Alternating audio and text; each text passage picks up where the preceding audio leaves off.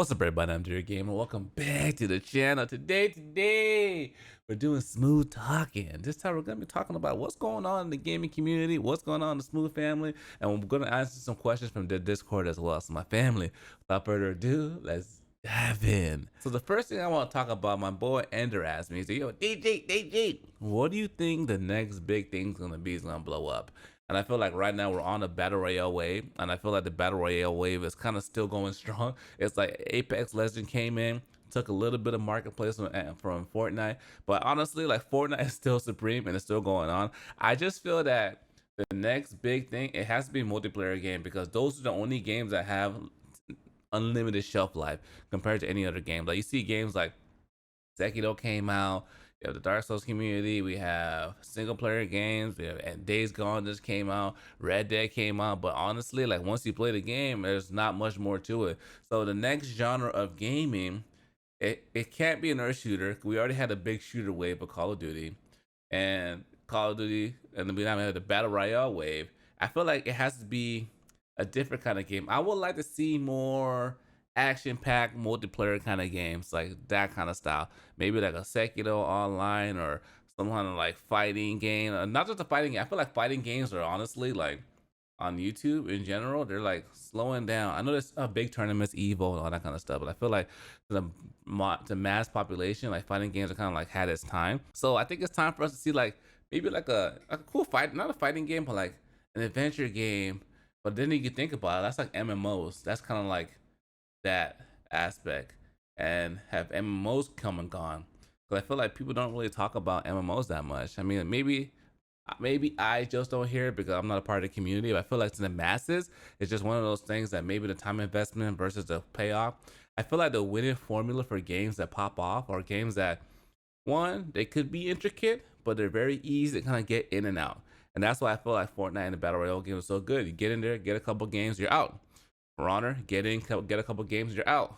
League, get in a couple games, you're out. It's like it's very intricate, but at the same time, it's like it's a balance between like being easy to get into, being difficult. It's like it has that skill gap. Any game that allows you to get really, really good at, and there's content creators that can like exemplify that, is where all the traction is gonna be. Like look at games like Destiny.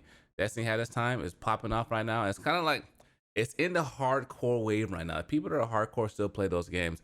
I don't know. It's interesting. We gotta wait to see what the next like big game is gonna be. We had the sandbox game with the Minecraft and build your own survival game kind of wave came and went. So I feel like, damn, I don't want to say it's all been done, because I never feel it's been that way. But it'd be interesting to see, like, what do you guys think? What do you guys think the next big wave is gonna be? Because I can't pinpoint anything at the current moment. All I know is I wish it was more like action-packed games that are popping off, not just shooter games. Next thing I want to talk about is something that's near and dear to my heart, Sekiro. So there's been a lot of debate, a lot of questions, a lot of talks about the game being too difficult, yada yada yada, it's too hard, yada yada yada. But I feel like a lot of that's slowed down now.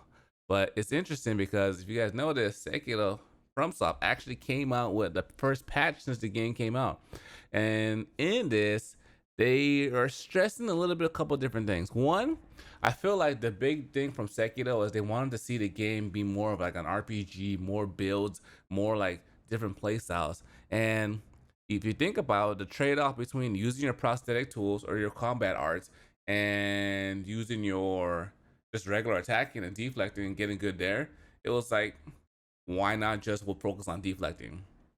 Because if you want to use the combat arts, or if you want to use your prosthetic tools, you need spirit emblems, and you only had a limited amount, unless you grind to get a little bit more, which you can do. I'm not sure what the max is, but in terms of, it's kind of slowed down the options to play different play styles, to the point where I just got really good at deflecting and dodging and parrying, to the point where I didn't necessarily need my combat arts or prosthetic tools. But it's cool that what they're trying to do is expand the gameplay a little bit more, add a little more diversity to their approach.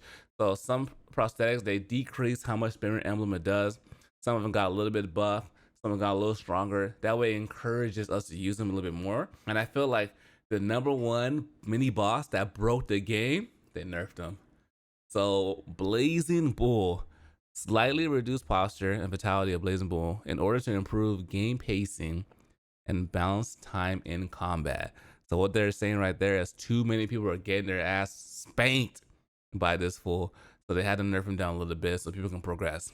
And I think that's another question we could talk about. Like, so it's been a while since we talked about Sekiro, but since some time has passed, have people completed the game, or did some people give up? Did anybody honestly give up? I think I might put a poll in this video so people can like talk about I beat the game or I stopped playing it, because I feel like once you start getting used to the combat a little more, it gets a little easier as time goes on.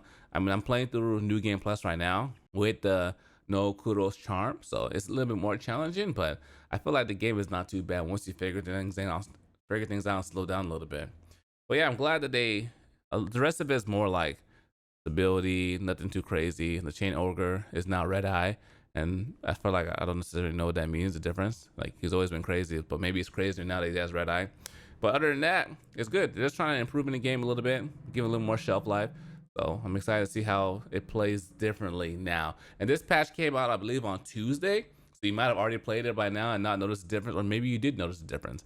So comment below what your thoughts are on it, if you think that it's a good patch or your overall experience with the game. Next, I want to bring some attention to our Smooth family, Smooth Talking Discord. So I have a section over here where people can ask a lot of questions, give suggestions of what they want to see, etc., etc. And my boy Pro's always in there, Ender, Will, Leo's in there, Jen, Charles. So if you have suggestions, things you want to talk about Smooth Talking, like, go down there and put your thoughts in there. But the one that's overwhelmingly present about in the last couple of weeks is For Honor.